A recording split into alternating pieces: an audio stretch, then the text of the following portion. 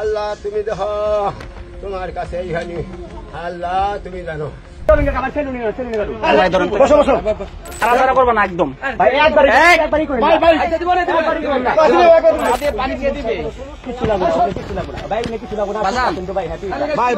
এখন জনি ভাই বলেন আপনার কাছে কেমন লাগতেছে?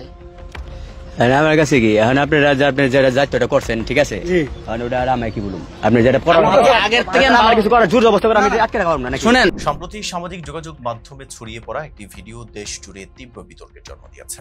ভিডিওতে দেখা যায় বাউল সাধুর বেশে থাকা বয়োজ্যেষ্ঠ পথচারী হালিম উদ্দিন আকন্দকে জোর করে চুল ও দাড়ি কেটে দিচ্ছে এই ব্যক্তি। পরে জানা যায় তারা হিউম্যান সার্ভিস বাংলাদেশ নামে একটি সংগঠনের সদস্য। ঘটনাটি আসলে গত ঈদুল আজহার আগেই ঘটেছিল, তবে ভিডিওটি সম্প্রতি ভাইরাল হলে ব্যাপক আলোচনার ঝড় ওঠে। এর আগে এই ধরনের বহু ভিডিওতে দেখা গেছে ভবঘুরে বা অসুস্থ ভারসাম্যহীন মানুষদের জোর করে পরিষ্কার পরিচ্ছন্ন করা, চুল দাড়ি কেটে দেওয়া, গোসল করানো, নতুন কাপড় পরানো এবং খেতে দেওয়া। সেই সব ভিডিওর নিচে সাধারণ মানুষজন শুভেচ্ছা ও সমর্থন জানিয়েছে। কিন্তু এবার পরিস্থিতি ভিন্ন। ভুক্তভোগী হালিম উদ্দিন আকন্দ ময়মনসিংহের তারাকান্দা উপজেলার কোদালিয়া কাশীগঞ্জ গ্রামের বাসিন্দা। দীর্ঘ ৩৭ বছর ধরে তিনি নকশবন্দিয়া তরিকার অনুসারী হিসেবে সাধু সুলভ জীবনযাপন করছেন এবং চুলে জটা রেখেছেন। একসময় কৃষিকাজ করলেও বর্তমানে তিনি আধ্যাত্মিক সাধনায় নিমগ্ন।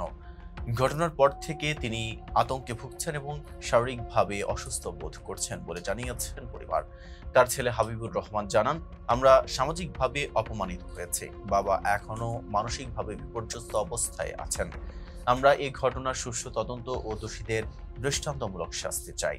ঘটনার তীব্র নিন্দা জানিয়ে ময়মনসিংহ বাউল সমিতি বলেছেন, সাধুর ধর্মীয় ও আধ্যাত্মিক পরিচয়ের প্রতি অসম্মান দেখানো হয়েছে। তারা এই ঘটনায় দায়ীদের কঠোর শাস্তির দাবি করছেন। অন্যদিকে সামাজিক যোগাযোগ মাধ্যমে মতভেদও দেখা যাচ্ছে। কেউ কেউ বলছেন পথের ভিখারি বা মানসিক ভারসাম্যহীন মানুষরা নিজের যত্ন নিতে পারে না, তাই তাদের গোসল করিয়ে পরিষ্কার পরিচ্ছন্ন করা দোষের কিছু নয়। আবার কেউ কেউ বলছেন একজন সাধুর ব্যক্তিগত ও আধ্যাত্মিক জীবনকে সম্মান না করে জোরপূর্বক চুল দাড়ি কেটে দেওয়া স্পষ্ট অপরাধ এবং এটি ধর্মীয় অনুভূতিতে আঘাত।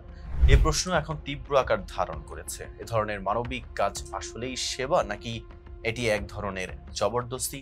সামাজিক উদ্যোগের আড়ালে ব্যক্তির স্বাধীনতা, ধর্মীয় অনুভূতি ও সম্মান কি উপেক্ষিত হচ্ছে, নাকি ধর্মীয় লেবাসে করা ঘটনাটি উদ্দেশ্যমূলকভাবেই বড় করে দেখানো হচ্ছে এবং একটি শ্রেণীকে মিডিয়া ট্রায়ালের মুখোমুখি করা হচ্ছে?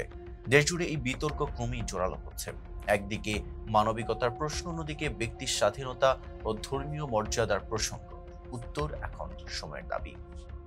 এতক্ষণ সাথে ছিলাম হাসান, ফেজা বিপলের সাথে থাকার জন্য ধন্যবাদ।